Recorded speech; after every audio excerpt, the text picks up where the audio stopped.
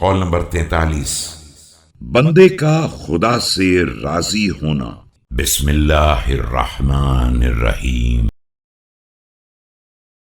قال عليه السلام في ذكر خباب بن الأرت: يرحم الله خباب بن الأرت فلقد أسلم راغبا وهاجر طائعا وقنع بالكفاف ورضي عن الله وعاش مجاهدا۔